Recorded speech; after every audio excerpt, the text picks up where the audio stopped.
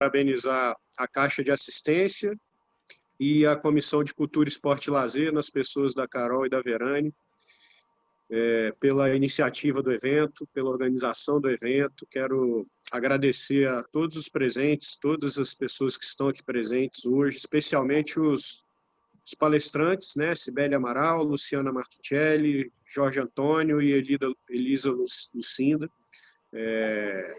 Muito obrigado pela participação de vocês. É uma alegria para a OBDF contar com vocês aqui. Contem sempre conosco também para o que quer que possamos fazer. E esse evento hoje aqui é muito especial, né? O Setembro Amarelo, saúde mental, para nós, advogados, principalmente, é uma questão muito importante a ser debatida sempre, envolvendo aí a temática do suicídio, né? Enfim, não sei nem se a Verane ou a Carol sabem disso, mas eu tenho uma situação pessoal envolvendo o suicídio. Eu perdi um irmão, né? 20 anos atrás, 22 anos atrás, para ser mais preciso, agora em outubro faz 22 anos. E, então, eu sei muito bem o que é passar por isso, né? Sei muito bem o que as famílias sentem ao passar por esse tipo de problema, né? Sei muito bem o buraco que continua a existir sempre no coração de todos nós, parentes mais próximos principalmente. E muitas vezes, ou talvez na maioria das vezes, seja uma ação totalmente incompreendida, né, por nós, principalmente, que ficamos, né? Um exemplo concreto aqui da minha casa era o meu irmão caçula e ninguém nunca soube o porquê, enfim, não deixou uma carta, não dava sinais de que estava pensando nisso, nunca passou pela cabeça de qualquer um de nós que ele estivesse pensando nisso. Eu digo estivesse pensando porque depois nós soubemos que ele já tinha feito uma tentativa frustrada antes, né? Se nós soubéssemos antes, possivelmente o resultado pudesse ter sido outro, né? Mas estou citando isso para realmente dar como exemplo que é impensado, impensável e inesperado, né? Então, é muito importante que a gente tenha a coragem necessária para falar sobre isso, né? Que não deixarmos que assuntos como esse sejam tabus e que a gente vá deixando de lado, porque quanto mais se deixa de lado, piores podem ser as consequências, né? Então, eu parabenizo a todos vocês pela iniciativa de trazer à baila um tema tão importante, de trazer à baila uma discussão tão importante, e contem sempre conosco. Repito, mais uma vez, infelizmente não vou poder participar de todo o evento, porque eu vou abrir um outro aqui já, então peço antecipadamente as minhas desculpas, mas tenho certeza que todos os participantes estarão em ótimas mãos aqui com a Carol e a Verane. Então, fazendo essa abertura, Verane, declarando oficialmente abertos os trabalhos, eu te passo a palavra. Muito obrigado, minha querida. Obrigada, presidente Délio. Meus sentimentos aí em relação ao seu irmão. Esse realmente é um tema muito árido, né, que a gente vai tratar aqui.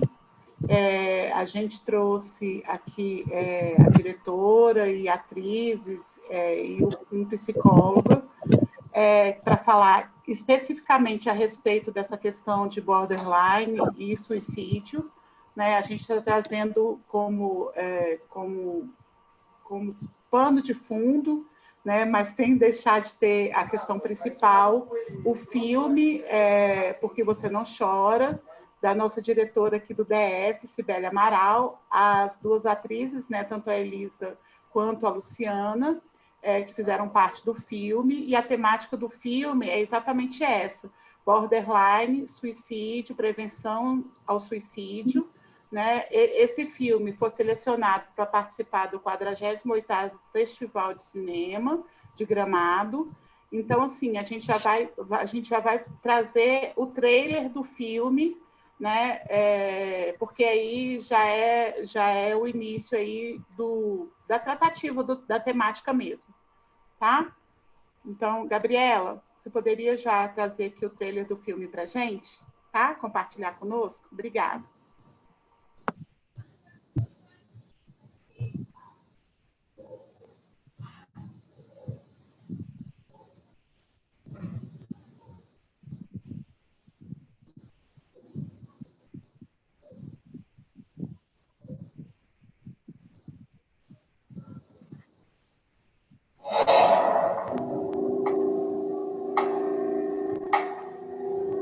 Meu nome é Jéssica, eu sou estudante de psicologia.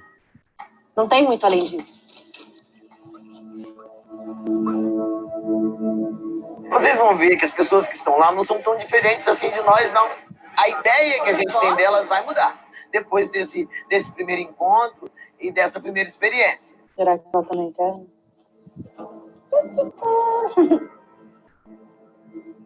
Você conhece acompanhamento terapêutico? Você tá querendo que eu faça esse tratamento, é isso? Se você quiser. Bárbara, você quer saber alguma coisa? Saber se você não te assunta. Pode ficar tranquila. Tranquila? Uma espécie de bomba. Mas eu prefiro ser assim como eu sou, como você. Frustração, vazio. Esse é o momento mais difícil na vida de um paciente limite. Porque é aí que corre o risco do autoextermínio. Você ainda quer morrer ou passar vontade?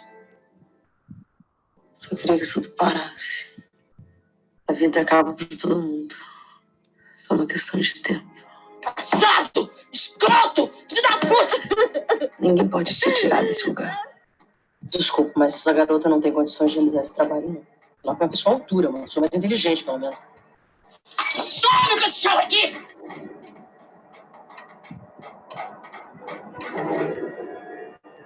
Você não é amiga da Bárbara, né? Não.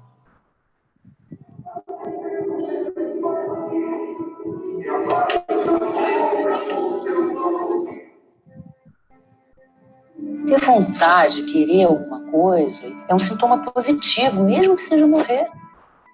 Quando a pessoa não quer nada, é porque ela já está, de uma certa forma, morta.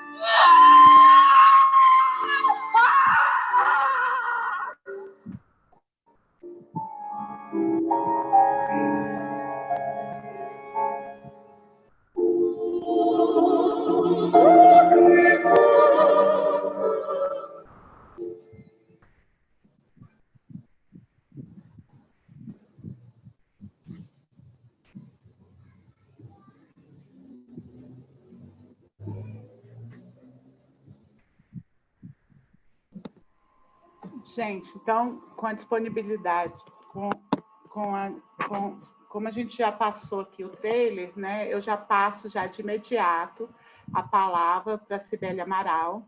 A Cibele, ela é diretora e produtora do filme, né, Porque Você Não Chora.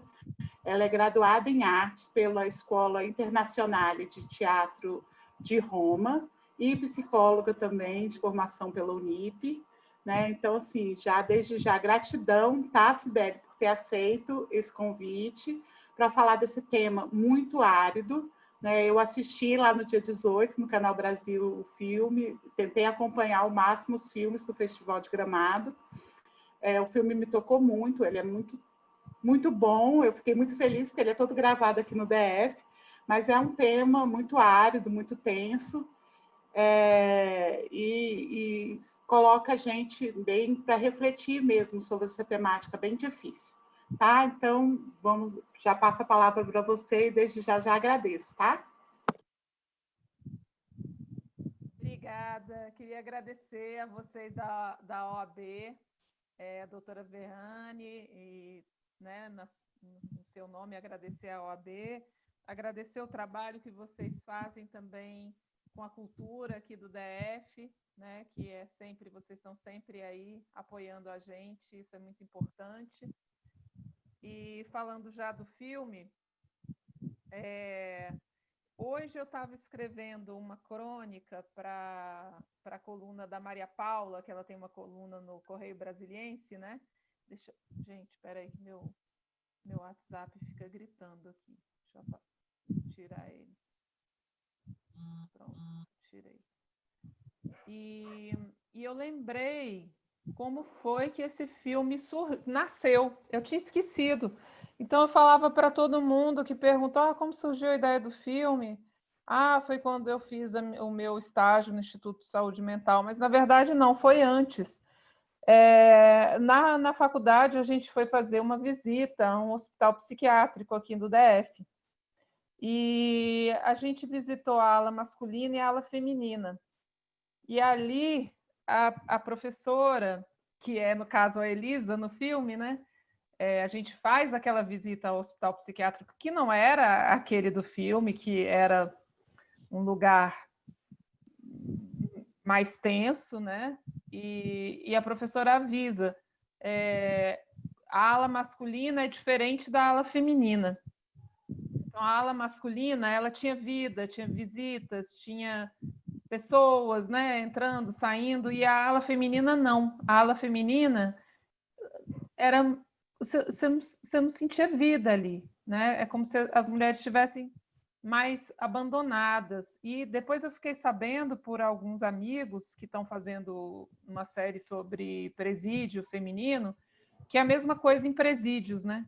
As mulheres, elas não têm muitas visitas, algumas estavam ali naquele hospital psiquiátrico dizendo, minha família vem me buscar, e aí a outra dizia, ela não tem família nenhuma. Então, assim, era uma situação que me tocou.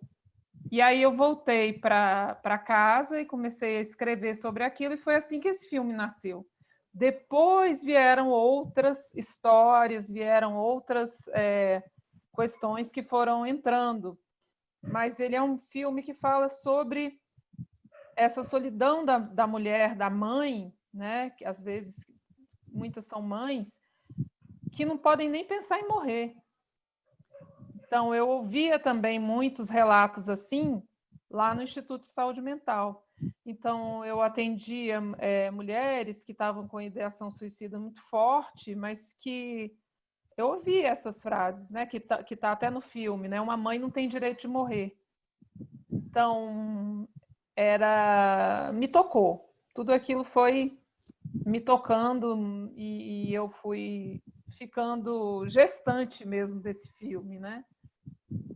E aí eu não sabia, fiquei sabendo depois, eu não tinha noção que eu estava falando de suicídio no filme. Eu achava que eu estava falando do transtorno borderline, mas a questão do suicídio acabou falando mais alto e o filme até mudou de nome. Ele já chegou a se chamar Borderline e ele acabou mudando de nome, porque eu percebi que essa temática do suicídio era muito mais forte no filme. Então, eu não sabia naquele momento, que a Elisa até falou para mim, seu filme é um filme ousado. Eu não sabia que era, mas hoje eu entendo, porque quando eu fui procurar o Jorge, né, o doutor Jorge que está aqui, eu falei, olha, eu estou falando de um tema e eu quero saber se eu posso falar desse tema, se eu não posso, como é que fala, se eu estou certa, se eu estou equivocada, né? E aí procurei ele, a gente participou de um primeiro debate, né, Jorge, que tinha várias pessoas que trabalham com a prevenção ao suicídio. E ali eu também decidi mudar o final do filme, porque era um final mais impactante, e eu fiquei sabendo o tanto que eu estava sendo ousada, porque é um tema que, naquele momento, eu fiquei sabendo que até a campanha do Setembro Amarelo, ela chega a incomodar. Né? É um tema muito tabu. E fiquei sabendo que em certos países o filme não vai entrar, como na China, por exemplo. Né? Tem países que não aceitam que se fale dessa temática. Mas o que hoje a gente tem visto e ouvido, e que eu fiquei também sabendo, perguntando, me informando com os profissionais mais relevantes da área, é que é preciso falar, né? E eu percebi isso também atuando na prática, o alívio que trazia você ter uma postura diferente do senso comum, porque o senso comum diz não, né, para esse assunto. Se algum amigo, se algum parente vier procurar a gente, assim, o senso comum diz, que isso? Você está louco? Como? Não pode. Mas, na prática, o que a gente observa é que falar sobre traz alívio. Né? Não é porque você não fala que o assunto some. Então, eu acho que eu fiz esse filme, eu acho que ele ficou uma contribuição importante para o tema, eu estou percebendo isso pelos convites que o filme está tendo. A psicologia abraçou o filme, né? A psiquiatria, a psicologia abraçaram o filme. Nós já fomos convidados por 6 universidades para falar sobre o filme, né? Inclusive a UNB, inclusive a USP em São Paulo, e, enfim, universidades importantes. E ouvimos também sobre o filme que ele provavelmente vai virar uma ferramenta que vai fazer parte das ementas dos cursos de psicologia, quem sabe, né? Ele existe para isso, assim. Ele não é um filme que tem assim a pretensão de ter uma função social, mas ele acabou tendo, assim, despretensiosamente. E tivemos aí uma alegria muito grande, né? A Elisa recebeu um prêmio pelo filme e por ser ela, muito bonita. Hoje eu vi a justificativa para o prêmio do júri de Gramado, e é linda, né? Fala pela sua luminosa participação no filme e por toda a carreira dela, né? Então, foi muito bacana ter fechado essa participação no festival com esse prêmio, um prêmio muito lindo. E eu tive também uma grande felicidade de ter atrizes maravilhosas nesse filme, que não fui eu, sabe? Foi o filme que trouxe. Aquele tema, aquele assunto, a relevância desse tema e o roteiro, elas gostavam e queriam fazer parte, né? Então, foi muito bacana ter isso. E eu não sei o que mais eu posso falar sobre o filme, Veane. Você me diga aí, depois você me faça algumas perguntas. Eu acho que meio que eu falei tudo. Eu agradeço, Cibele. Eu acho que é mais ou menos por aí mesmo que a gente estava esperando. Eu já aviso aqui que a gente vai responder 5 perguntas depois, mais para frente. Infelizmente, a gente vai limitar esse número de perguntas. Mas eu acho que é isso aí mesmo, é a sua experiência do porquê, dos motivos que te levaram a fazer esse filme com um tema realmente muito tenso, muito árido. Mas eu acho que o filme é bem tocante. Ele me tocou e depois eu tive a oportunidade de conversar contigo.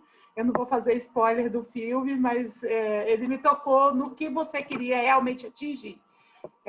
Realmente, a gente tem um elenco aí de mulheres maravilhosas, né? É um filme predominantemente, né, com papéis femininos, né? Os papéis masculinos são realmente coadjuvantes. Infelizmente, o que você disse em relação a essa questão das nossas presidiárias femininas é verdade.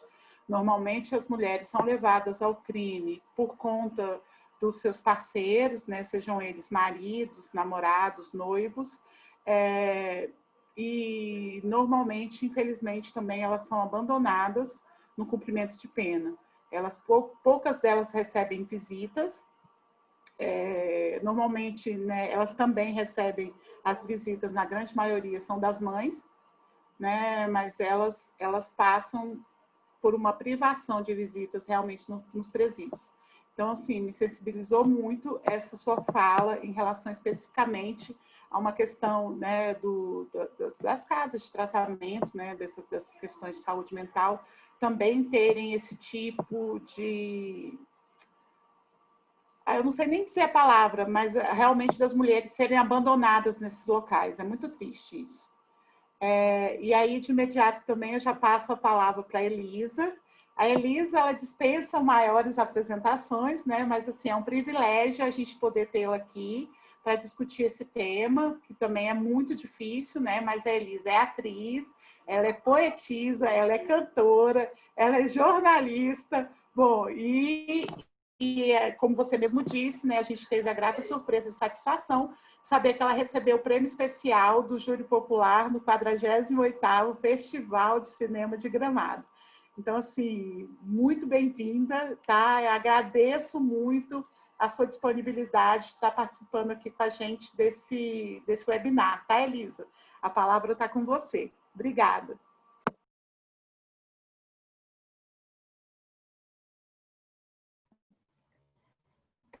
sem áudio, Elisa?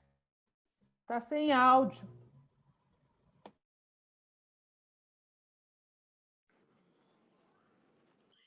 É que, assim, meu computador quebrou, eu estou fazendo no celular, enfim, mas é isso, faz parte.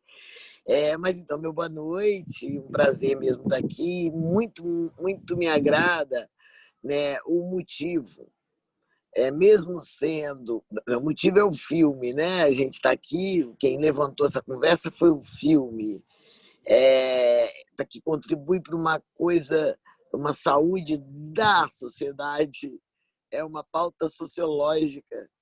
A gente tem aqui o Brasil tem uma tristeza grande, eu acho, que é o esquartejamento das áreas, a dissecação, uma coisa não tem nada a ver com a outra. Aconteceu isso com a medicina também, o cara de joelho não entende nada, você vai no ortopedista, ele diz, você está com problema no ombro, ele fala, mas você só trata o joelho.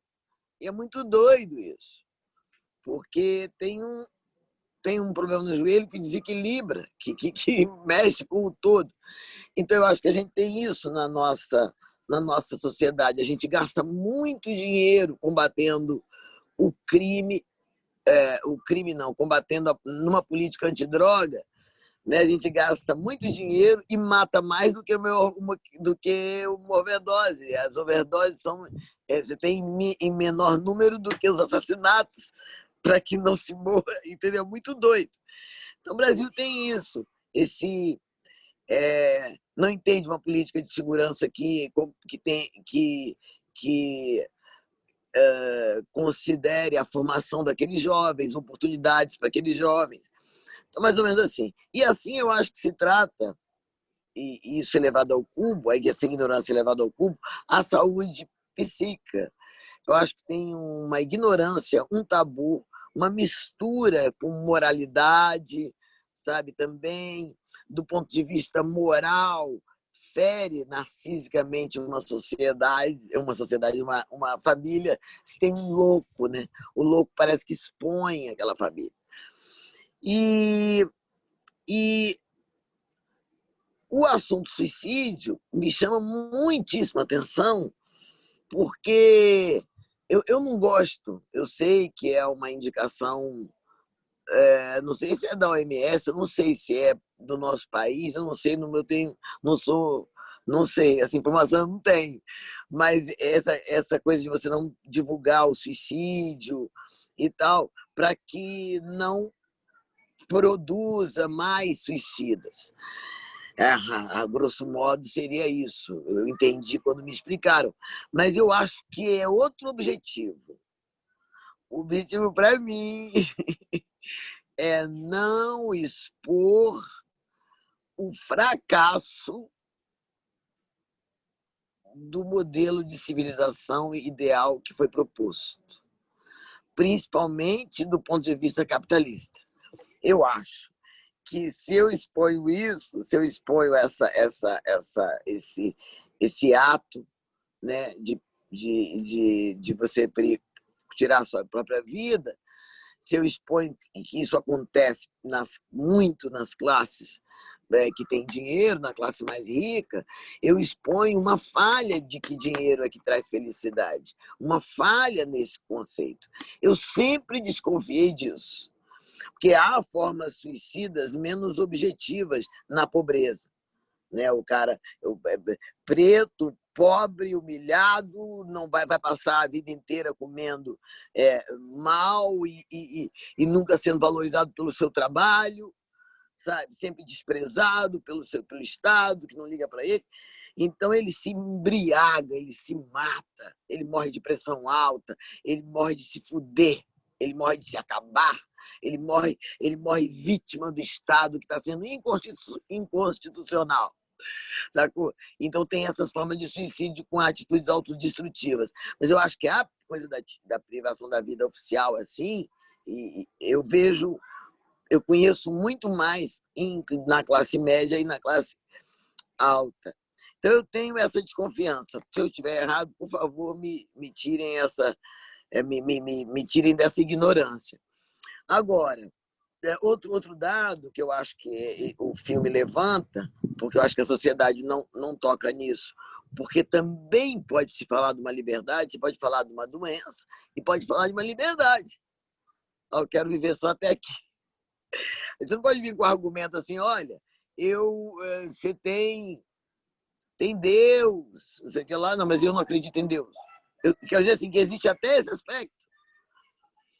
E a gente tem muito medo de tocar nesse tema. A sociedade achou que a religião ia dar conta disso. A religião ia deter, é pecado, o cara fica sofrendo, se morrer, por suicídio. Você é punido lá. Tem um negócio que você é punido lá no mundo espiritual por ter morrido, por ter se matado. Então, olha o quanto de mito e de mentira e de moralismo e de conservadorismo e de hipocrisia que envolve o tema. Porque tem um monte de suicidas invisíveis. Eu tenho até um poema chamado Suicidas Invisíveis, que estão se matando agora na nossa frente, sabe? Por várias maneiras, vários modos de se matar. Então, assim, esse é um assunto muito grande, né? Eu estou querendo dar um pouco da minha contribuição, meu olhar sobre isso. Então, acho assim, eu sempre disse que o filme era ousado, porque você não vê esse tema, não pode divulgar, não pode falar que as pessoas se suicidam lá da Terceira Ponte, onde eu moro, onde eu moro não, que ótimo, onde mora meu coração, porque eu sou de Vitória do Espírito Santo, e meu coração tem raízes também aqui, eu estou no Espírito Santo, estou no interior. Mas, assim, na Terceira Ponte, lá em Vila Velha, muitas pessoas se matam, se jogam, né? E a sociedade, em vez de querer entender, faz aparatos para a pessoa não se jogar. E é preciso saber por que está se jogando, o que aconteceu, o que é que eu quero ir embora daqui, o que é pior, que é melhor do que viver. Que vida é essa que me dói tanto? Né? E eu acho que a gente tem muito que caminhar nesse sentido, botar um tapete em cima dessa verdade não resolve a situação. As pessoas têm tanto problema com esse assunto, que todas as vezes que eu conheço esse assunto assim um pouco de perto, quando me contam as histórias, as pessoas deram sinais, raramente, acho que eu conheço um caso que a pessoa não deu sinal de nada, segundo os leitores dos sinais de quem estava perto. Mas eu conheço muitas histórias que as pessoas contam, não, ele estava bem, só tinha passado uma semana dentro do quarto, sem comer, sem tomar banho, sem sair de lá, eu tinha que botar a comida pelo buraco da porta, debaixo da porta, por uma semana. Ele já não estava bem, essa pessoa não estava já bem, que eu digo, já estava numa desestrutura, alguém tinha que dar uma comida como um bicho, porque a pessoa tinha uma desconexão. Então, eu acho que tem os sinais e a gente não quer ler, não sabe ler. Também, a saúde psíquica é uma seara muito difícil de você, né, colocar num trilho, como é que eu digo, fixo, sabe? Porque é muito variável. Então, aquela pessoa, ela é neurótica, ela é um neurótico obsessiva, mas não é demais. É um jeito dela, também é o jeito dela, é o jeitão dela. Então, a gente mistura com tudo isso, mais a ignorância do tema. Bom, fazer esse filme, para mim, é poder estar aqui falando com a OAB sobre o tema. Usar meu lugar de artista para trazer luzes para uma verdade da nossa humanidade, sabe? Para a qual a gente olha com criminalização, né? E a mulher tem uma coisa muito louca, porque a mulher, como sempre sofreu por leis criadas pelo machismo e pelo patriarcalismo, ela ficou muito defasada, desprotegida. As leis são sempre punitivas. O aborto, mesmo que o cara pague o aborto, é ela que vai presa. sabe? E o aborto é feito nela, e tudo é dentro dela, e tudo é com ela. E aí ela entra por amor, ela acoberta o marido traficante que pede para ela levar uma parada lá, ela leva, ela é presa. Depois ele não vai visitá-la. Ninguém sabe, ninguém dá conta desse filho que ela teve. Quem é que ficou com esse filho dessa mãe que errou? Então, tem a mulher é sempre duplamente criminalizada, sabe? Conheço várias histórias de mulheres que foram expulsas de casa pelas mães quando o padrasto violentou, porque foi ela que deu mole, é ela que seduziu meu marido. Então, em cima da mulher tem um peso imenso, sabe? Lindo você ter feito, não sabia que era essa história, mas é lindo você ter feito desse recorte, você partir para fazer esse filme, sabe? O cinema conta a história de uma sociedade, de uma contemporaneidade. Eu agora entendi, Cibele, por que você não botou esse, sabe? Porque eu não posso dar spoiler, mas assim, porque o final, eu acho, enfim, eu já entendi que você teve que ter algumas negociações, cautelas, para que o filme não ficasse, ninguém não pudesse ver, pudesse ser quase proibido, não recomendável, né? Então agora entendo, mas eu acho que ele é muito forte, ele se cumpre. Quanto ao prêmio, eu acho assim, foi uma surpresa total, porque eu fiz a Consolação, sei lá, professora que eu gosto tento ser e que eu gostaria de ter e que eu tive. Eu tive uns professores legais, então eu juntei eles ali, foi muito legal. A Cibele topava tudo, a gente que escolheu que ela devia ter dreadlock, sabe? Que era uma professora da UNB, negra, a coisa dos corpos parlamentares, a Cibele comprou tudo, sabe? Porque eu achava que a minha presença no filme traria esses elementos, né? Porque em todos os quesitos, se a gente, né, racializar, fizer um recorte racial, esse assunto aborda todas as desigualdades, né, no Brasil. Então, assim, foi muito importante fazer a Consolação. Jamais pensei em ganhar um prêmio com esse filme, porque pensei aquilo que a gente pensa. Não era um grande papel, não era um negócio assim, sabe? Eu estou ali para contar um pouco, ajudar a contar a história. E tem a Bárbara Paz e a Carol que fazem muito bem os seus papéis. São muito fortes. Então, não foi prêmio do júri, não. Ela falou do júri popular, foi prêmio especial. Não foi prêmio popular, não. Foi prêmio especial do júri, não é isso? Eu nem sabia, Cibele, que a justificativa do prêmio, eu não li. Você viu aonde? Eu vou te mandar, estava no YouTube. Ai, eu quero, que lindo, quer dizer que bacana, fico feliz. E foi um festival que premiou mulheres, a maioria de mulheres negras, né?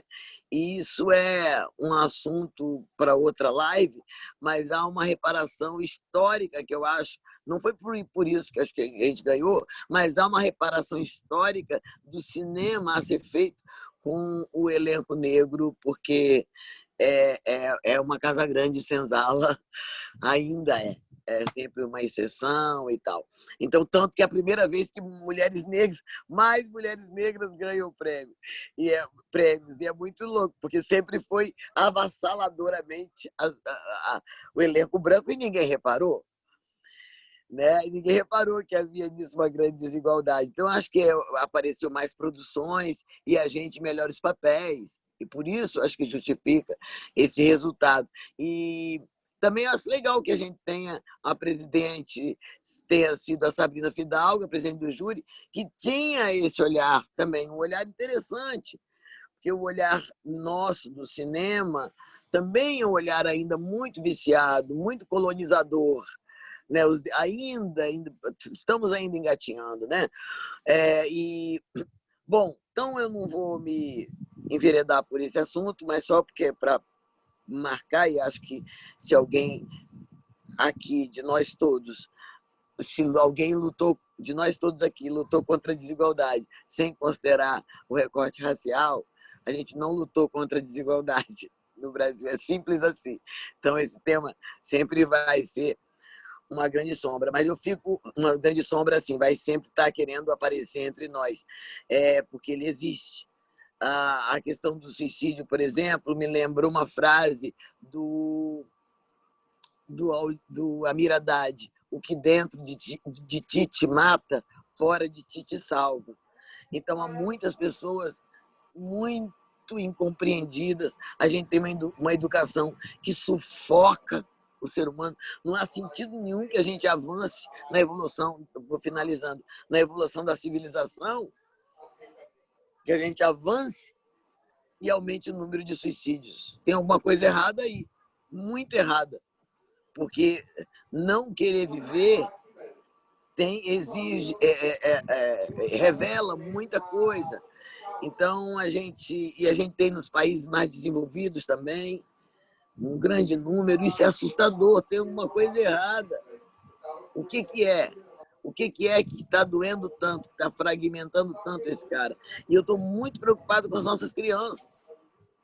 As nossas crianças estão crescendo dentro dos celulares, dentro dos tablets. Conheço gente pequenininha com 3, 4 graus de miopia por causa do celular. Eu estou muito assustada com o que é que a gente está fazendo, e a pandemia ainda deu para a gente ficar sem se abraçar.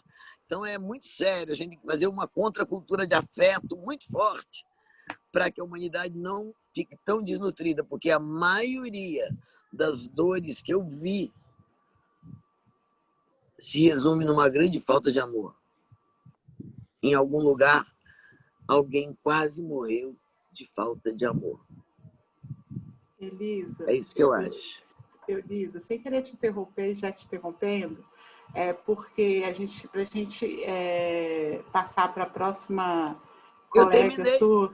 Ah, pois é, você terminou com essa questão fundamental, que eu acho que, infelizmente, todos nós estamos sedentos de amor, né? E eu fico muito feliz de você participar, porque eu conversei com a Cibele, a OAB tem feito um trabalho, a OAB Federal, o Conselho Federal, e nós aqui na OABDF, a gente já tem um trabalho, assim, a gente já tem efetivado uma questão de paridade de gênero, que a gente está tentando que o Conselho Federal implemente em todas as seccionais, né? E a gente tem lutado muito aqui também por essa questão de representatividade de raça, de ter sempre um espaço, né, em qualquer evento da OAB com representatividade de raça. Então, assim, eu fico duplamente feliz de você participar e de você ter aqui o seu lugar de fala e você ter tocado especificamente nessa questão da representação tão necessária, né, da participação dos negros, né, de eles estarem em locais de poder, e ocupando esse espaço que é de vocês, e a gente, como sociedade, deve isso, né, a vocês. E eu vou passar agora para a Luciana Martuccelli. A Luciana é atriz, ela é preparadora de atores, ela é fundadora e diretora da Tal Filmes, e ela também participou do filme Porque Você Não Chora. Então, tá com você, tá, Luciana? Obrigada. Obrigada. Eu geralmente gosto muito de falar, mas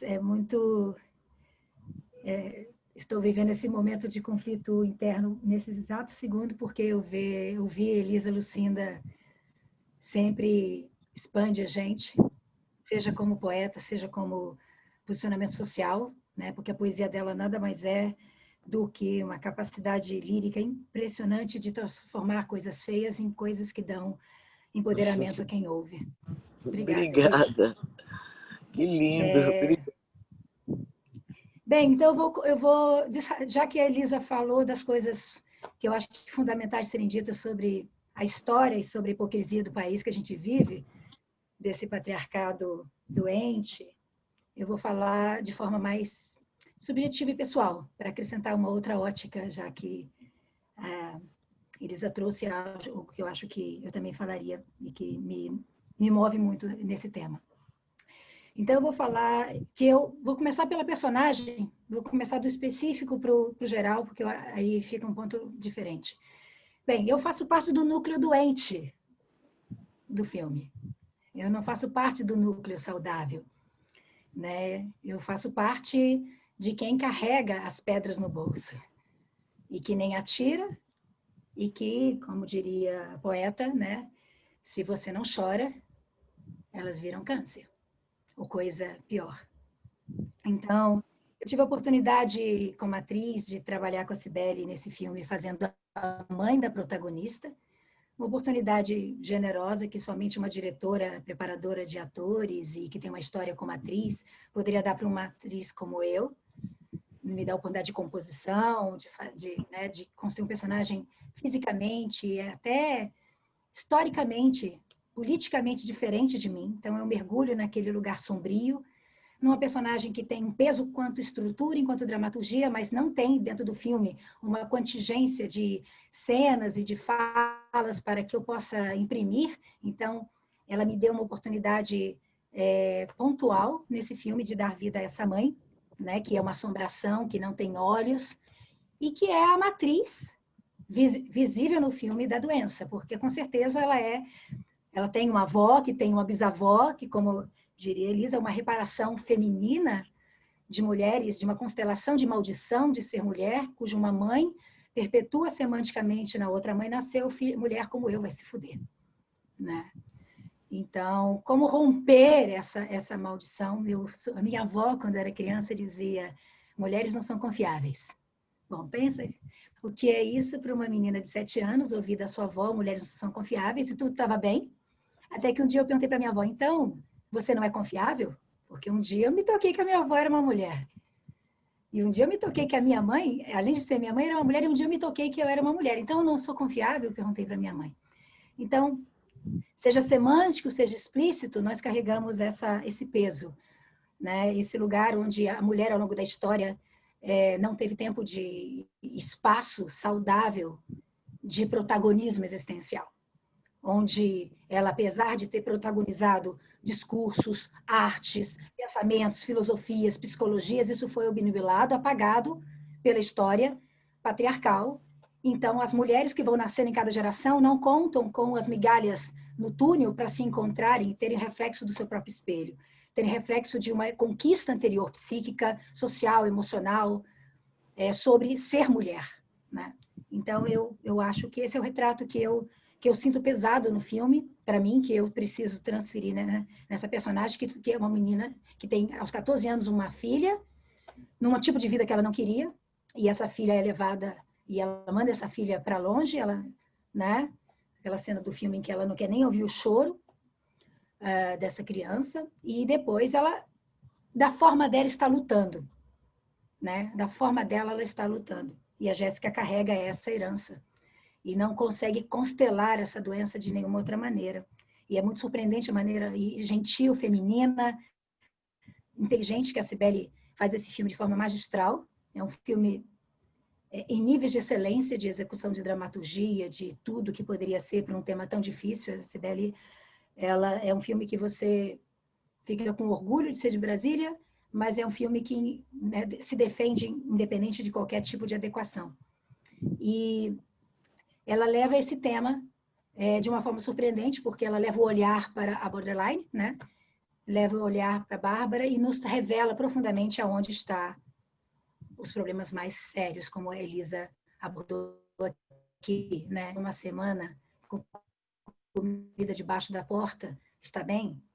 Uma criança passando fome, te pedindo comida no sinal, é normal? Então, essa normose, esse lugar que nos sensibiliza, que nos faz todos sobreviventes e não viventes, todos preocupados se há vida após a morte, eu me pergunto se há vida antes da morte, né? A gente vai viver essa vida com todo o nosso potencial, como mulheres, como artistas, e eu tenho um privilégio, que eu sou artista, e a vida bate na minha pele, eu tenho arte para fazer essa transmutação, mas a vida não bateu menos em mim do que bateu em muitas outras pessoas, E a arte é a minha forma saudável, a forma como eu encontro de criar um objeto observável para não colapsar, né? Eu vivi nessa experiência agora, durante a pandemia, a perda da minha mãe, que é atriz, era poetisa, atriz, uma grande mulher, ela faz parte da primeira geração de grandes mulheres de Brasília, e ela morreu durante a pandemia numa UTI, sem poder ter abraço, sem poder ter, nem eu como policial, dizendo para os médicos se isso está errado, se isso está certo, com a autoestima que eu tenho de ser uma boa enfermeira. E no meu enterro também não pude receber abraços. E nunca a falta de abraço, a falta de calor, de toque, tornou tão evidente como a gente já não vive eles há muito tempo. Estar nesse vidro, esse espelho da Alice, que todos estamos vivendo, tornou muito mais evidente o que é essencial, né? Então, o suicídio não é algo que eu conheça na minha vida, de uma forma íntima, mas eu conheço profundamente o lugar onde a falta de vontade de viver chega nas pessoas, onde há uma sucessão de uma sociedade, manutenção de uma família, de um status quo, e a gente não encontra um lugar à nossa voz, à nossa palavra, e onde a gente vai se silenciando. Eu fiquei sem voz durante 10 anos. Durante 10 anos eu deixei de ser atriz, diretora, poeta, cantora, e foi através de outras mulheres que eu fui reencontrando a minha voz. E eu acho que essa é uma das coisas mais bonitas do filme da Cibele, a título de reparação histórica, que é ter elenco e equipe de mulheres, mostrando a força, a dramaturgia, a excelência, a perspectiva crítica da presença dessas mulheres nas artes, nesse momento, sobre um tema que tem um tabu, como tudo que dá medo nessa sociedade, inclusive essa pandemia, que é uma espécie de vírus professor que nos botou de joelhos no chão, nos dizendo, ok, já que vocês querem ficar nos vidros da internet, fiquem nos vidros da internet. Já que a natureza não importa, fiquem sem ela. Já que o abraço do outro, já que a pornografia, os websites são mais interessantes, vivam neles. Então, um lugar que iguala todo mundo, apesar de que nos afeta de forma diferente, mas nos bota todo mundo nos perguntando o que é essencial. E a reparação que eu acho que tem a ver com a história da mulher, né? Quando você vê qualquer tipo de oportunidade da descrição, da própria história da psicologia, da psiquiatria, toda a história da histeria feminina, todo esse lugar da excessiva presença de mulheres nos manicômios, excessiva presença de mulheres nas prisões, né? As mulheres negras, as mulheres pobres, não vou nem entrar no mérito das trans, mas enfim, todo esse lugar das chamadas minorias, que eu chamaria de vulnerabilidades dentro de um status normativo, hétero, né? Branco, e que tudo é pesado demais, não há voz, não há direito à saúde, não há direito à expressão, e são tratadas assim, né? E com parceiros insanos. Outro dia eu estava numa discussão justamente de Setembro Amarelo, e eu comecei a falar sobre os homens, da importância de tratar os homens, de levar essa discussão para os homens sobre a violência, e alguém falou assim, não, os homens não têm problema. Os homens não têm problemas. Alguém de muita relevância falou. Eu falei assim, tá, e o feminicídio, né, é sintoma do que mesmo? Se isso não é um problema, se isso não é uma doença, como a Elisa começou a falar, se a nossa sociedade não está doente há muito mais tempo, se não há um suicídio que nos vem à tona agora, essa morte evidente de uma pessoa no núcleo de uma família que não pode ser exposta, que não pode revelar aquele câncer, que não pode revelar aquela metástase social,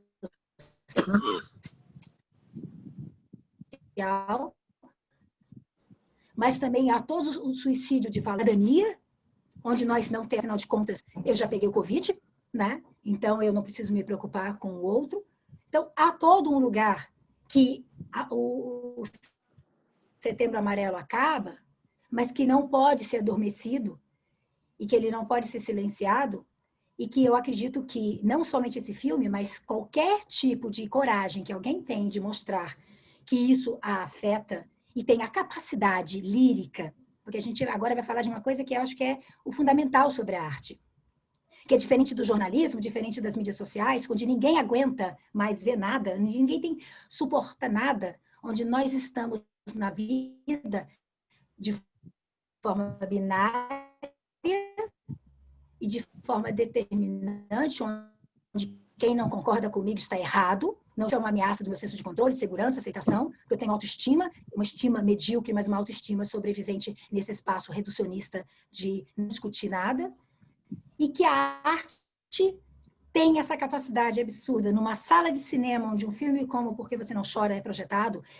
sem a pretensão de ditar verdades fechadas, sem ditar um diagnóstico social, mas abrindo com reflexão, com poesia, com lirismo, um tipo de pergunta que empodera, um tipo de pergunta que não te estaciona, apesar da capacidade extrema que a Cibele teve de levar esse filme ao limite do limite de uma discussão como essa, ela ainda consegue, pela descrição e pela forma das suas personagens muito bem contundentes e fortes no filme, nos dar esperança, nos dar aquele sentimento do tipo, eu preciso fazer alguma coisa.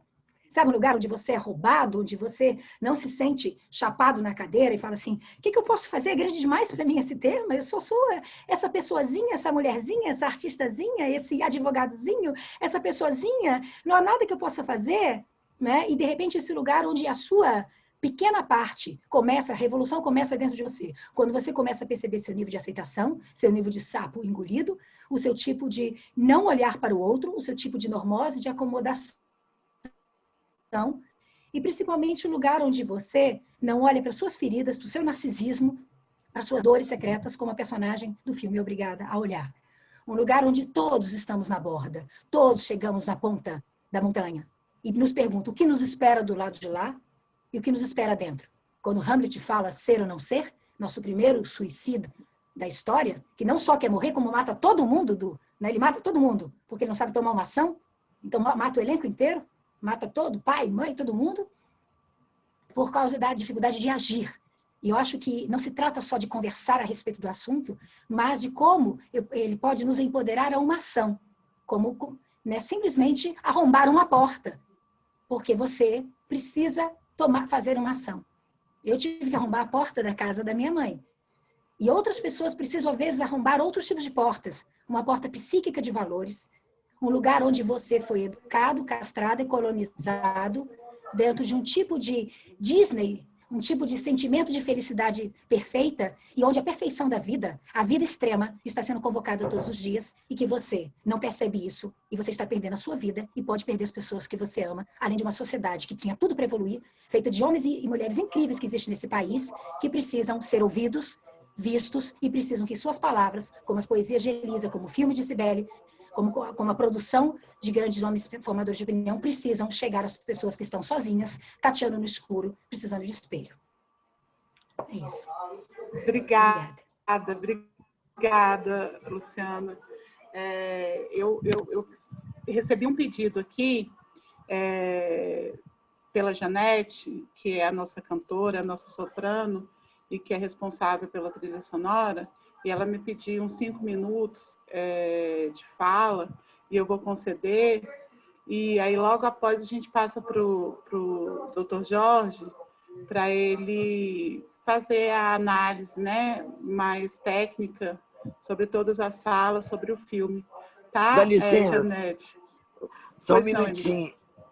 Eu queria dizer o seguinte, eu não sei o que que a minha produção combinou, assim, eu combinei com a menina, eu não posso ficar, porque para mim era porque eu vou dar uma aula. Sim, Elisa, pode, a gente te agradece muito, eu já fico muito feliz de você estar aqui conosco todo esse tempo, e a gente te agradece muito a participação, tá? Sua fala, sua força de atriz maravilhosa, de poeta, jornalista, cantora, de mulher negra, decidida e aguerrida, tá? A gente te agradece, tá? Obrigada. Quero parabenizar a OAB por esse trabalho, por esse encontro aqui, pelo trabalho que faz, pela coragem de levar esse tema, de acolher o nosso filme. Obrigada, Cibele, poxa, por tudo. Nós somos parceiras mesmo. E é isso, acho que nós temos que cuidar da miséria emocional. Essa miséria também mata. Tchau. Beijo, Elisa. Beijo, Elisa. Lindo filme muito chique, porque ele é muito bem feito. Tchau, querido. Olha que poeta, hein? Que poeta essa mulher que acabou de falar aí. Vou te falar. Luciana. Essa Luciana, realmente. E é linda a participação dela no filme. É um muito forte, assim, como, né, símbolo ali. Um grande beijo, gente. Tá? Tchau. Beijo, mestra. Tchau. Luciana. Tchau, minha querida. Obrigada. Nossa, como é bom te ouvir. Um beijo. Janete, então, a palavra está contigo. Boa Eu noite. te agradeço já a disponibilidade, tá, Janete? Obrigada. Obrigada, eu que agradeço. Estão me ouvindo bem? Então? Eu não sou responsável pela trilha sonora, não, Verânia. Eu só cantei uma peça que é a Lacrimosa, do Mozart, e fiz alguns efeitos vocais lá, né? Tem outros cantores, tem outras participações lá. A Cibele falou um negócio e eu vou compartilhar com vocês um fato da minha vida que talvez vocês não saibam. Em 1995, logo após de ter a minha segunda filha, eu tenho 2 filhas, né? Em 1995, eu tive a minha primeira crise de pânico. E isso foi numa manhã, acordei de manhã e comecei a hiperventilar e não sabia o que estava acontecendo, achei que eu estava com intoxicação alimentar. Eu tinha ido no Beirute na noite anterior, tinha comido hummus e falei, eu estou passando mal, e era uma sensação horrível de eu não conseguir respirar. Minha mãe me levou desesperada para o agarrão, onde eu fui atendida e onde me deram um remédio para o estômago e, vendo o meu desespero, o meu nervosismo, me deram um calmante, que eu não sei o que era, e eu dormi um pouco e acordei boa, né? Falei, olha, que bom, né? Me deram um remédio, eu fiquei boa da intoxicação alimentar. Isso durou, essas crises sem justificativa foram durante 5 anos. Fiquei me internando manhã, tarde, noite, madrugada em hospitais, dizendo que eu estava morrendo, passando mal. E de me dar um diazepam ou alguma coisa que me apagasse por algumas horas e eu saísse da crise. Só que era sempre isso, eu estava morrendo por algum motivo, era coração, era alguma coisa, né? Isso todo mundo conhece essa história. Só que uma noite eu entrei no pronto-socorro às 11 horas da noite e saí às 6 da manhã. A crise não passava e eu não tinha a menor ideia do que estava acontecendo comigo. Então foram 5 anos assim, até o meu ginecologista me sugerir procurar um psiquiatra e dizer que eu poderia estar com o que se chamava na época uma síndrome do pânico. Eu falei para ele, não, você está doido. Eu sou a pessoa mais corajosa que eu conheço. Como é que eu vou estar com pânico? Olha a mentalidade da pessoa, né? E aí eu fui para um psiquiatra, falei, não, eu preciso me curar disso. Eram todas as noites. Chegou uma época que eu ia todas as noites para o pronto-socorro. Me internava todas as noites. Até o dia que eu não saí mais, né? Saí de manhã, o dia amanhecendo, eu deixava minhas filhas pequenas sozinhas em casa, dormindo, e ia me internar no pronto-socorro.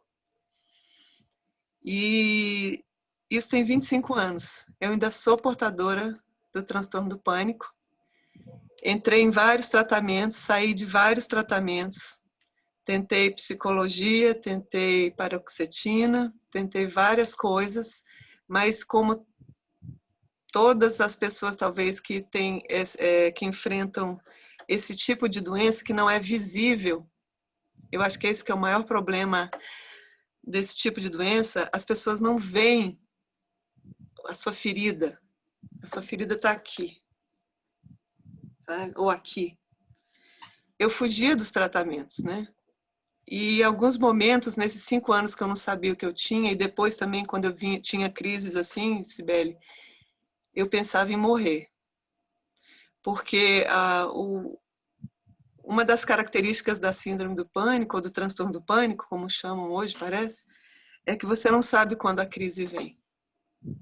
e de repente você começa a hiperventilar ou ter espasmos musculares. No meu caso, eu tenho muitos espasmos musculares, que eu já cheguei até quase deslocar o pescoço, de tanto sacudir o pescoço.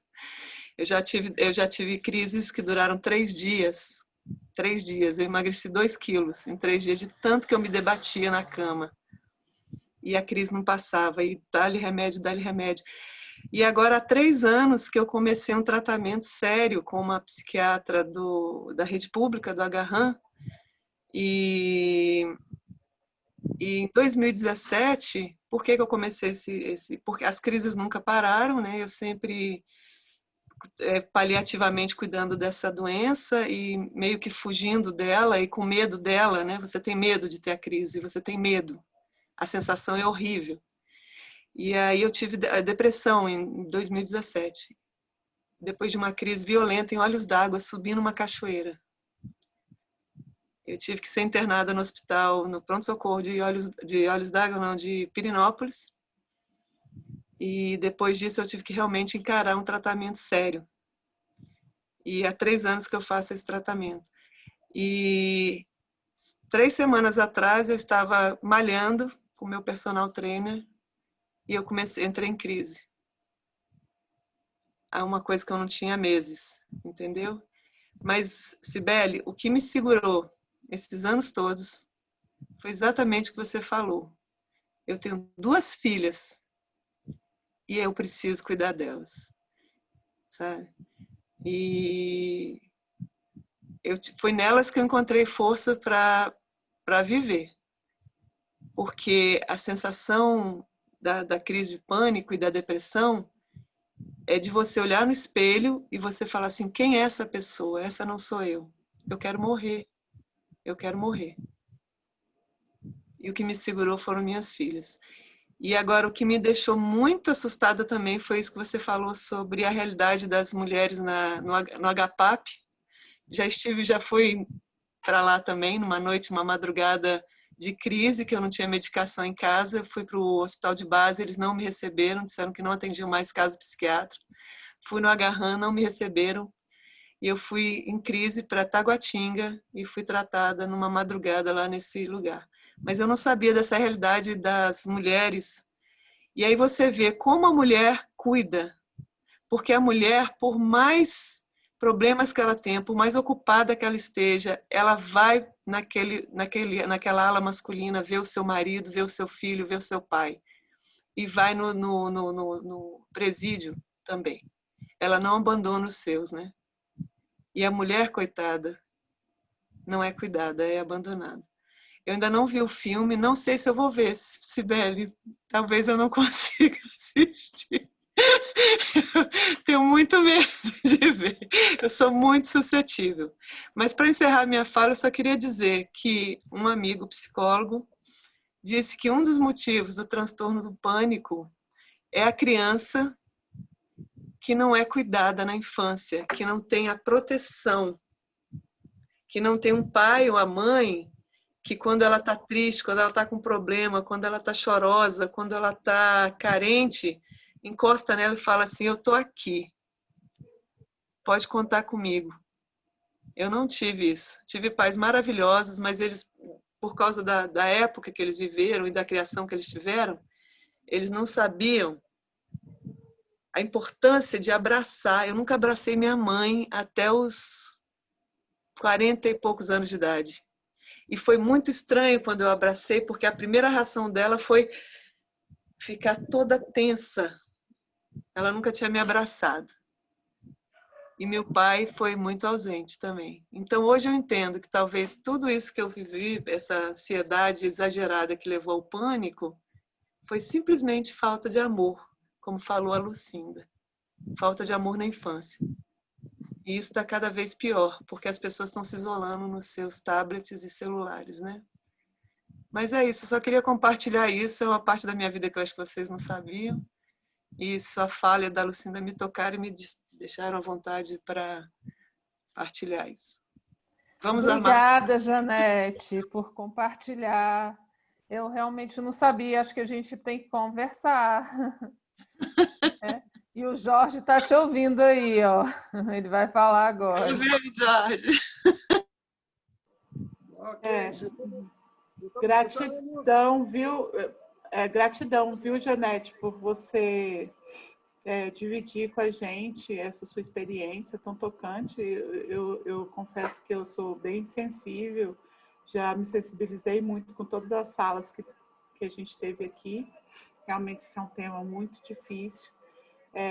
Eu acho que realmente a questão da falta de amor, né, que a gente está vivendo de uma forma tão intensa agora, é que eu acho que tem que nortear o nosso debate. Eu vou passar a palavra aqui agora para o Jorge Antônio Monteiro de Lima. Ele é o nosso psicólogo, ele é o psicólogo clínico, ele é pesquisador em saúde mental, ele é coordenador do Instituto Olhos da Vida Sã. Ele vai fazer o fechamento aqui do nosso webinar. Depois a gente vai passar para algumas perguntas. Vamos passar o vídeo aí que foi feito, né, gentilmente pela Janete, da adaptação da Lacrimosa, né, que é o Requiem de Mozart, que também fez parte da trilha sonora do filme. Então, a fala está com você, tá, Jorge? Desde já, muito obrigada, eu te agradeço, tá? Assista o meu vídeo. Ok, quero agradecer a todos, agradecer a Cibele, é um prazer estar aqui junto da equipe, já esclarecer alguns aspectos técnicos que são importantes a gente estar falando. Houve uma mudança radical na visão sobre a questão do suicídio dentro da Organização Mundial de Saúde. Até 2017, os estudos apontavam que não era legal discutir o tema do suicídio. Inclusive, aqui em Goiânia, ano passado, um promotor de justiça pediu a nossa presença, né, questionando até o que era o Setembro Amarelo, né, e eu gostei muito até da atitude dele. Por quê? Até 2017, o que era dito era que não era legal se falar do tema para evitar o fenômeno Vetter, né, que era até muito estudado, muito disseminado no jornalismo. Todavia, nos anos de 2014, 2015, 2016, mesmo sem falar de suicídio, os casos vinham aumentando. 2017, 2018, começou a ter muito caso de suicídio de crianças e adolescentes, procurando principalmente a nossa clínica social. Nós temos aqui um trabalho que hoje tem 317 colaboradores, né? E os números do CVV crescendo vertiginosamente, né? Vários casos de crianças e adolescentes se mutilando. Nós vemos muito isso na sociedade, né? Então, eu sempre falo que hoje a temática do suicídio ela envolve os transtornos de ansiedade, depressão, a mutilação das crianças. Nós temos hoje 2 bilhões de pessoas no planeta sofrendo de transtorno de ansiedade. Temos aí 350 milhões de pessoas com depressão. Então, nós temos aí um efeito colateral da sociedade, onde a doença mental não escolhe gênero, raça, credo, idade. Tanto é que os casos mais novos que nós pegamos no passado, horrorosos, crianças de 6 anos tentando tirar a própria vida, né? Idosos tirando a própria vida, pessoas, né? Fizemos ano passado eventos com o Ministério Público Federal, o Ministério Público de Goiás, falando muito dessa temática do suicídio. Então, eu bato muito na tecla que, infelizmente, a doença ela é democrática. Ela não tem raça, não tem idade, não vai dar mais em mulheres ou mais em homens, porque nós temos um efeito de subnotificação do Estado. As pessoas não gostam de falar disso, não querem falar disso, e a gente tem que enfrentar esse tema de frente, sabe? Parabenizo a OAB Brasília, a Cibele pela iniciativa, nós temos muito orgulho de estar podendo discutir isso, porque, infelizmente, esse é um tema que a Elisa falou muito bem. Não adianta botar o tapetinho em cima e fingir, não está acontecendo. Porque quanto mais você finge que não está acontecendo, de repente é um primo teu que vai, um vizinho, né? Um filho, um neto. E vocês, pessoal, vocês não fazem ideia da dor que é para a gente que é profissional de saúde. De repente eu estava atendendo uma mãe falando, poxa, meu filho se matou e eu não consegui fazer nada. A pessoa estava dando todos os sinais para mim que ela ia fazer isso e eu fechei meus olhos. Eu não quis ver. Eu bato muito nisso. Sabe, Cibele, eu tenho certeza que teu filme vai ser um filme muito...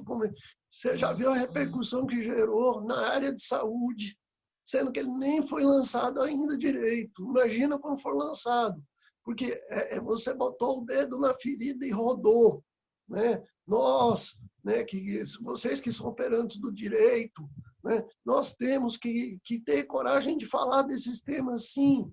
E mais do que nunca, fiquei muito feliz de ver o jeito sensível que a Cibele tocou no tema, né? De abrir esses espaços, de abrir essa discussão, porque não é uma discussão que tem data. Ano passado nós fizemos o Setembro Amarelo Regional, tanto em Goiânia quanto em Brasília, e em parceria com o CVV e com o Ministério Público, nós resolvemos não ter mais data para fazer esse evento. Tanto é que nós estamos fazendo ações durante todo o ano, desde janeiro branco, né? O ano todo, fazendo lives com artistas. Graças a Deus, a classe artística entrou na campanha de cabeça, sabe? Porque é um tema que, mais do que ninguém, quem está sofrendo são os nossos adolescentes, são as nossas crianças, né? Vocês falaram muito bem, muita falta de amor, é muita falta de diálogo, é muita falta de compreensão, é muita solidão. A queixa clínica que a gente mais escuta no consultório hoje é essa. Eu estou sozinho, não tenho amigo, né? De repente, nossos jovens... Eu peguei casos aí de adolescentes, 14, 15 anos, o cara não tem um amigo, não conversa com ninguém. Sabe, cadê o pai, cadê a mãe dessa criança? Né? Fechado no universo dele. É onde eu falo que mora os casos mais complicados. São as pessoas que estão silenciadas pela sociedade. A pessoa calada, a pessoa que não se expressa. Né? Quantos pais de família a gente não tem auxiliado na nossa clínica social que estão desempregados? Sabe? E sobre uma opressão social dentro de uma dicotomia totalmente absurda, sabe? Onde a gente tem uma polarização na sociedade totalmente estúpida, né? Onde a pessoa que pensa diferente de você, ela tem que ser humilhada, ela tem que ser espezinhada, ela tem que ser trucidada publicamente. Que falta de amor é essa? Né? Que falta de amor é isso que nós vivemos hoje na sociedade? Né? E temos aí os vários recortes dessa violência que hoje eu falo está generalizada na sociedade. Ela não está só no gênero, ela está com a criança, ela está com o adolescente, ela está com o jovem que está se formando e não consegue se colocar no mercado, ela está com o pai de família que está desempregado e que se vê dentro do seu direito de trabalho, humilhado perante a sociedade. Né? Hoje nós temos religiões que cometem crimes hediondos com relação ao direito de liberdade de cada um de nós. Aí a gente vê muito isso na saúde mental. Nós que estamos aí coordenando um trabalho de clínica social, atendendo pessoas carentes do Brasil inteiro. Todos os dias a gente vê essa história. Né? Onde eu falo que o suicídio, ele nada mais é do que o grito da alma. São as pessoas em desespero total pedindo ajuda. E muita gente não consegue perceber, olhar. Aliás, a maior parte das pessoas hoje vivem o mais puro egoísmo. Né? Então, eu gostei demais. Né? Ano passado, convidamos a Cibele para fazer um ciclo de debates. Nós fizemos no Shopping Guatemi. Né? Foi lá no Livraria Cultura, lembrei. Perdão, gente, às vezes eu sou ruim para decorar nomes. Né? Fizemos 2 ciclos de debates com professores da UNB, analistas de renome do Brasil. Né? Foi aí que, né, nós temos batido muito nessa tecla. Tem muita gente boa estudando, tem muita gente boa trabalhando. Repito, quero parabenizar a OAB Brasília pela iniciativa de estar abrindo esse espaço de discussão, porque é vital. Não dá para a gente ficar tratando hoje a problemática da depressão, da saúde mental, sem olhar isso no contexto de uma pandemia. Porque muito pior do que a pandemia da Covid já era os casos que a gente estava percebendo de crianças se mutilando, adolescentes se mutilando, e o nosso Estado totalmente apático para esse fenômeno acontecendo num crescente. Por isso que surgiu essa força do Setembro Amarelo. Agradeço muito a Deus por ter virado um dos coordenadores da campanha aqui na região Centro-Oeste, mas, ao mesmo tempo, eu me vejo na responsabilidade de convidar todos vocês a participarem mais ativamente disso. Porque não é hoje a nossa fala que vai fazer o nosso jovem adolescente parar de se cortar. É tratamento, é conscientização. E esses casos de mutilação estão cada vez mais gritantes, porque, na verdade, não é só o adolescente que está se mutilando, a criança que está se mutilando. A mãe está mutilada, o pai está mutilado, a vida está mutilada. E mais do que nunca, né, nós não podemos tratar esse tema com fake news, com acho, com sessão de exorcismo de igreja barata. Não, é saúde, é um problema de saúde pública. Suicídio hoje é uma crise de saúde pública e que o Estado não quer encarar isso de forma alguma. Pelo contrário, o Estado finge que o Estado silencia. Onde o Estado puder falar, eu não tenho nada a ver com isso, ele fala. A começar pela falta de estudos em cima da área, a começar da subnotificação que o próprio Estado produz. Porque se o Estado assumir os números que estão aí batendo na nossa porta, ele é obrigado a ter que tomar uma ação, agir, tratar.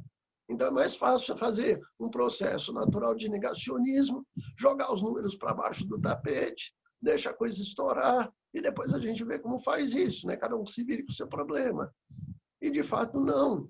Falta política pública, falta encarar o tema, né? A sociedade já vem se mobilizando, né? Ano passado fizemos uma série de ações com o CVV, com o Ministério Público, mas ações muito tímidas, porque, né, não dá para a gente ficar brincando que a coisa não está acontecendo. Nós ouvimos aqui na abertura da sessão um depoimento triste do presidente da OAB, da Regional de Brasília, falando exatamente que ele teve essa experiência em família. E onde eu vou, como deficiente visual, como profissional de saúde, eu escuto essas histórias. Meu primo foi, uma ex-namorada foi, o meu tio foi, vizinho foi. Tá? E ninguém quer saber por que as pessoas chegam nesse extremo. O que acontece? Né? E onde eu falo para todos nós, a gente tem que tomar muito cuidado com pessoas em desespero, pessoas desenganadas, as pessoas que são humilhadas diariamente pela sociedade, pela falta de oportunidades. E, sem querer, nós caímos num processo muito complicado na atualidade, de uma cultura tirana, onde você se acha no direito o tempo todo de humilhar quem pensa diferente de você, por opinião de desporto, política, religiosa. Tanto é que vocês, operadores do direito, a quantidade de casos que vocês estão pegando hoje em dia é absurda. Por quê? É vias de fato, é humilhação, calúnia e difamação. Que sociedade perversa é essa que se traveste de uma cultura cristã sem seguir as palavras do próprio mentor Cristo? De raiva, de ódio, não, ele é da outra igreja, ali eu posso detonar ele, eu posso humilhar ele publicamente. Isso, lamentavelmente, virou cena comum. Eu sou deficiente visual, né, sou profissional de saúde, hoje a gente comemora o Dia Internacional, né, da luta pela pessoa com deficiência. Né? Hoje é comum em quase todas as igrejas você humilhar o deficiente, porque você promove milagres utilizando deficientes. Aí você leva lá um cadeirante, anda cadeirante. E quando o cadeirante não consegue andar? E, ao mesmo tempo, essa mesma sociedade perversa fica caladinha. Ninguém fala nada. Isso vai para a televisão, gera expectativa. Muita gente bate palma. Poxa, que legal, olha lá, estão fazendo um milagre. Né? E quando o milagre não acontece, como é que essa pessoa fica? Né? Quantas estruturas perversas a nossa sociedade não forma, vendendo milagres econômicos, criando profissões aí que não se sustentam. Tá? Quantas enganações a gente não vive diariamente. Né? Quantos discursos falsos. E a gente no consultório, infelizmente, tem que, ajudar as pessoas a perceber essas mentiras sociais muito preconizadas e ajudá-la a resgatar a identidade dela que ela perdeu. Né? Que nem a colega que acabou de falar, a Janete, às vezes a gente lida com pacientes que estão aí buscando um tratamento de saúde por 10 anos. Tá? E aí o tratamento é ineficaz porque o profissional não se formou direito, muita gente aí fazendo tratamentos errados, ou pior do que isso, acho que o familiar, o parente tem que exigir resultado de tratamento. Tá? Então, eu bato muito nessa tecla, inclusive com os meus alunos, eu falo, galera, a gente está hoje numa sociedade de exigência, faz o melhor que você puder pelo seu paciente, tá? Porque as doenças têm tratamento, têm eficácia os tratamentos, agora tem que fazer o tratamento certo, e a gente fica muito caladinho vendo as pessoas sofrendo, nos hospitais, nas clínicas, ou que nem eu recebi uma paciente outro dia, ela tinha 35 anos que eu trato de depressão. Eu falei, não, senhora, me desculpa, a senhora não trata de 35 anos. Porque depressão, tá? Mesma coisa, transtorno de pânico, tem melhora, tem hoje, nós temos uma evolução nas técnicas terapêuticas, nas medicações, mas por que a nossa sociedade não vai atrás disso? Por que nós somos omissos com relação à melhoria disso tudo? E a mesma coisa vale pelo suicídio. A gente tem que esperar acontecer um caso na nossa família para a gente poder começar a discutir com os nossos filhos, fazer a prevenção, tá? Olhar para esse processo e falar, gente, vamos cuidar, que do nosso lado tem uma alma sofrendo. E aí eu quero terminar minha fala com uma provocação a todos vocês, né? Quantas pessoas você ajudou no seu dia? Quantos você deu bom dia? Quem que você abraçou no seu cotidiano? Quantos amigos não estão sofrendo? Para quem que você estendeu a sua mão hoje? Eu acho que todo o nosso discurso ele tem que partir de uma pauta chamada humanidade. Nós precisamos, com urgência, romper o nosso egoísmo e resgatar, né, a nossa humanidade. Trazer as pessoas para pensar e refletirem sobre a vida. E a vida é tão bonita, ela é tão boa, nós temos muita coisa legal para poder viver, né? E eu falo isso, eu não estou falando isso à toa. Eu tenho aqui um tempo muito limitado, eu falo isso como pesquisador na área de saúde mental, como professor universitário, como profissional que atua todos os dias com isso, como quem coordena a campanha do Setembro Amarelo, um dos coordenadores aqui na nossa região. Tá? Então, nós temos que falar da vida, do amor, da fraternidade, do carinho, né? E acho que isso hoje é muito importante. Agradeço demais, Sibeli, porque você, de um jeito sensível, tocou nesse tema. Parabenizo, né, a Lucinda pela premiação, achei que foi muito legal.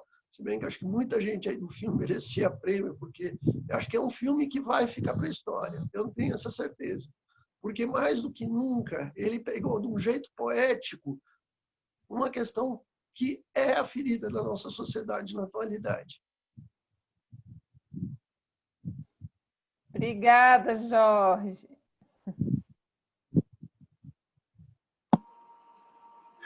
Ai, gente, está difícil aqui, né? Tantos depoimentos tocantes. O webinar acabou tomando um rumo surpreendente até para mim.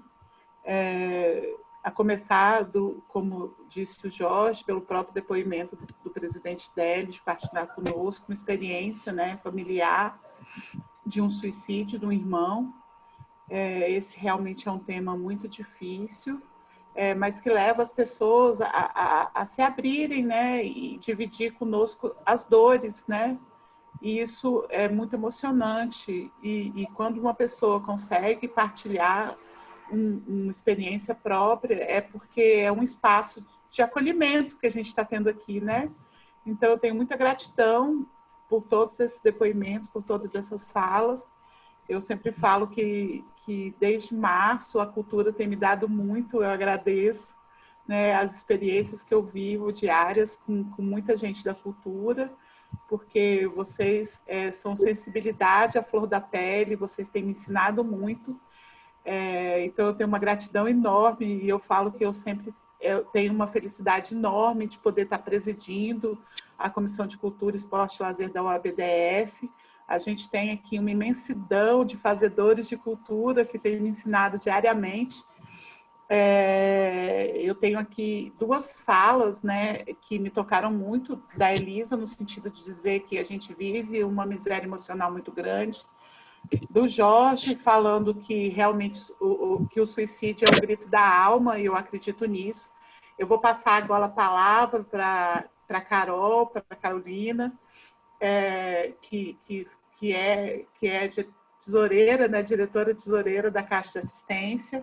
A Caixa de Assistência, desde quando começou a pandemia, ela tem trabalhado muito e ativamente nessa questão da prevenção de toda essa questão emocional que a gente tem carregado. A pandemia tem sido muito difícil, tem sido um período muito difícil, em que as pessoas, né, compulsoriamente tiveram que se recolher nas suas casas.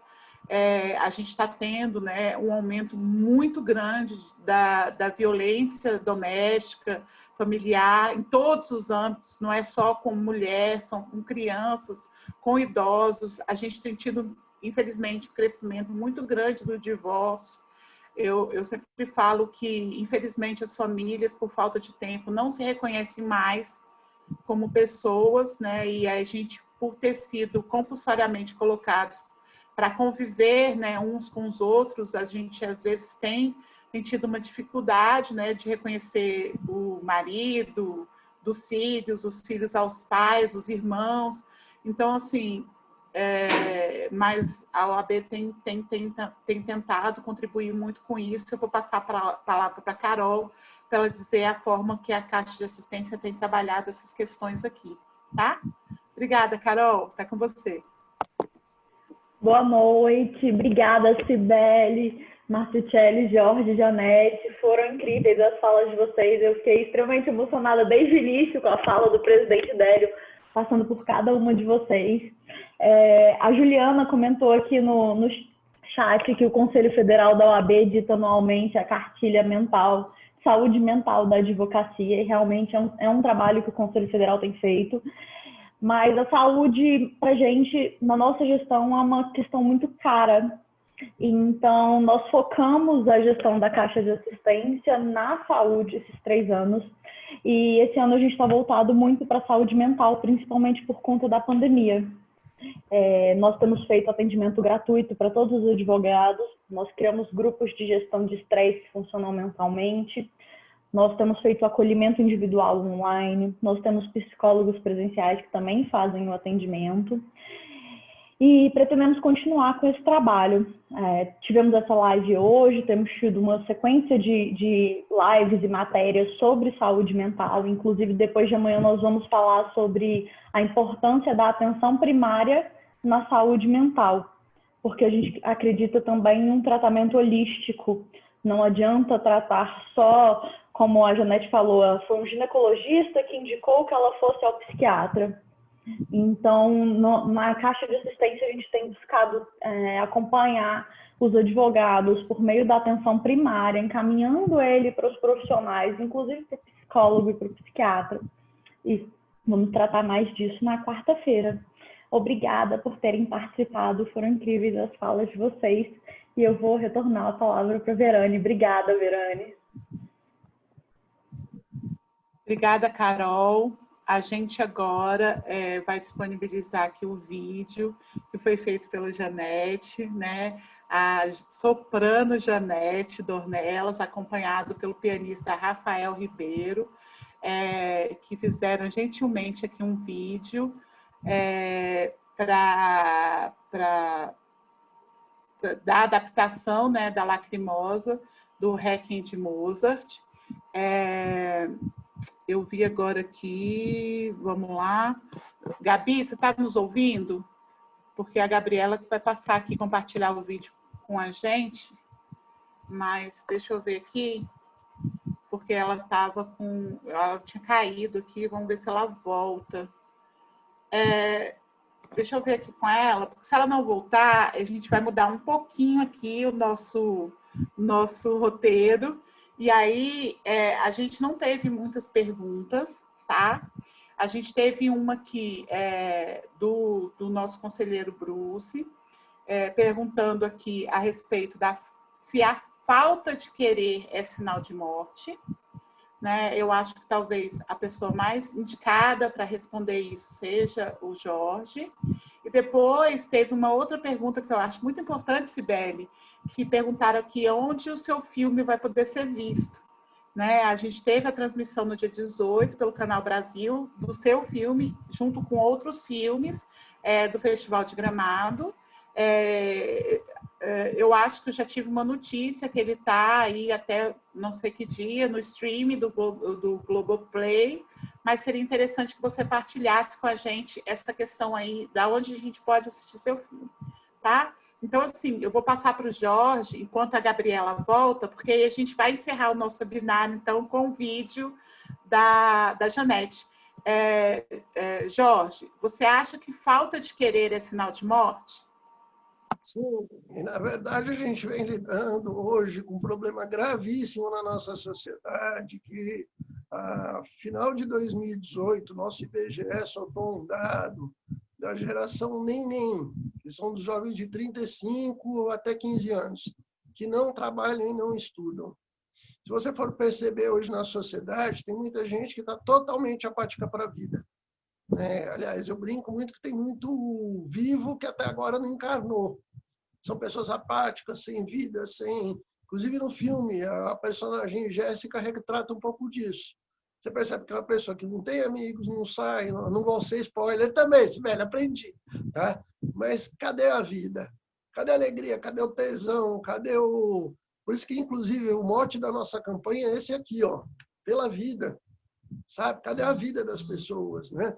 Então, a falta de querer, a falta de vontade, sim, é um indicativo, inclusive, complicadíssimo na área de saúde mental.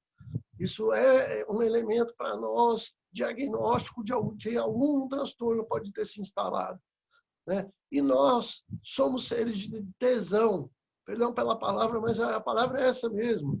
Tesão de cantar, tesão de trabalhar, tesão de viver, tesão de... Cadê a alegria das pessoas? Hoje você vê uma boa parte das pessoas totalmente apática, amorfa, sem identidade. E isso na nossa sociedade é muito patológico, né? E aí, percebendo que alguém tem isso, encaminha para um tratamento com urgência, porque é grave, né? E se você está perdendo o seu tesão de viver, se cuida, se trata, procura ajuda. Não espera acabar a sua vida para depois querer refazer ela.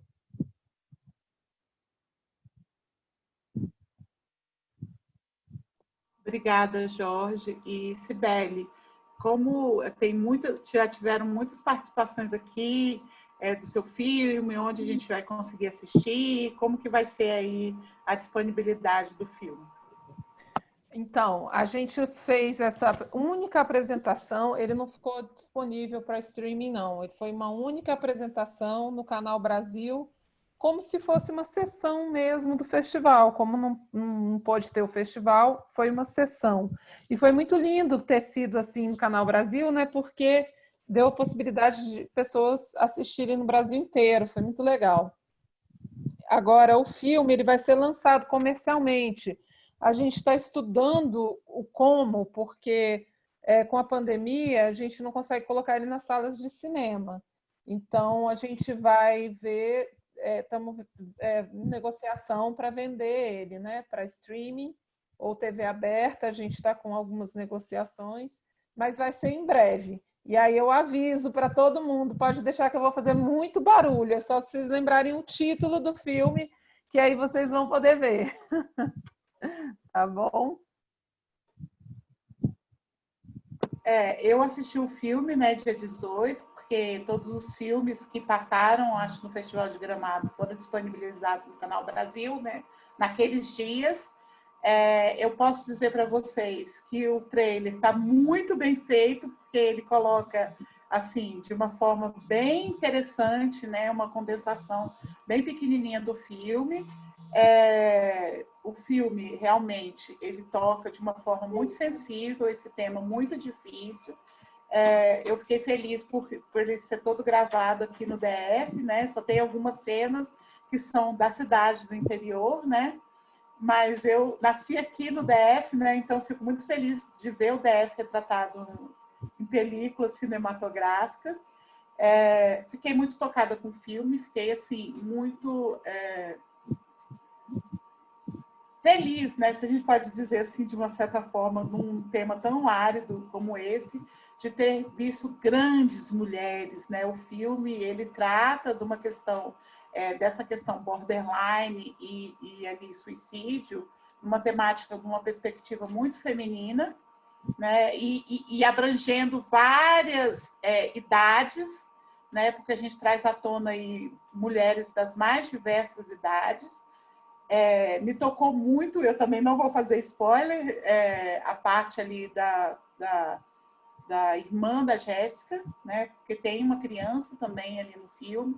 Então, a gente tem várias idades, várias dificuldades femininas, emocionais, né? A gente traz essa tona, essa questão bem pesada para a gente, enquanto mulher, de várias idades ali, vista sobre várias perspectivas. Então, assim, eu vou agradecer muito, né, a possibilidade que vocês estão nos dando de discutir esse tema, de falar sobre esse tema. A gente mudou um pouco aqui, inverteu, né? E aí a gente vai passar o vídeo agora da Janete. E aí, assim, com ele eu já encerro o nosso webinar, tá? Agradecendo muito a vocês pela disponibilidade, pelo tempo aqui, agradecendo a todos os nossos participantes que estiveram aqui conosco, tá, gente? E já encerro, e a gente vai encerrar de uma forma linda aí com o vídeo da Janete, tá? Gratidão a todos vocês, gratidão a todas as mulheres especiais, gratidão enorme ao Jorge. A gente está aqui na OABDF disponível para contribuir com esse tema tão difícil, e eu acho que a gente realmente tem que cuidar das nossas misérias emocionais, das nossas sombras que todos nós temos. Tá? Gratidão a vocês, gente. Boa noite.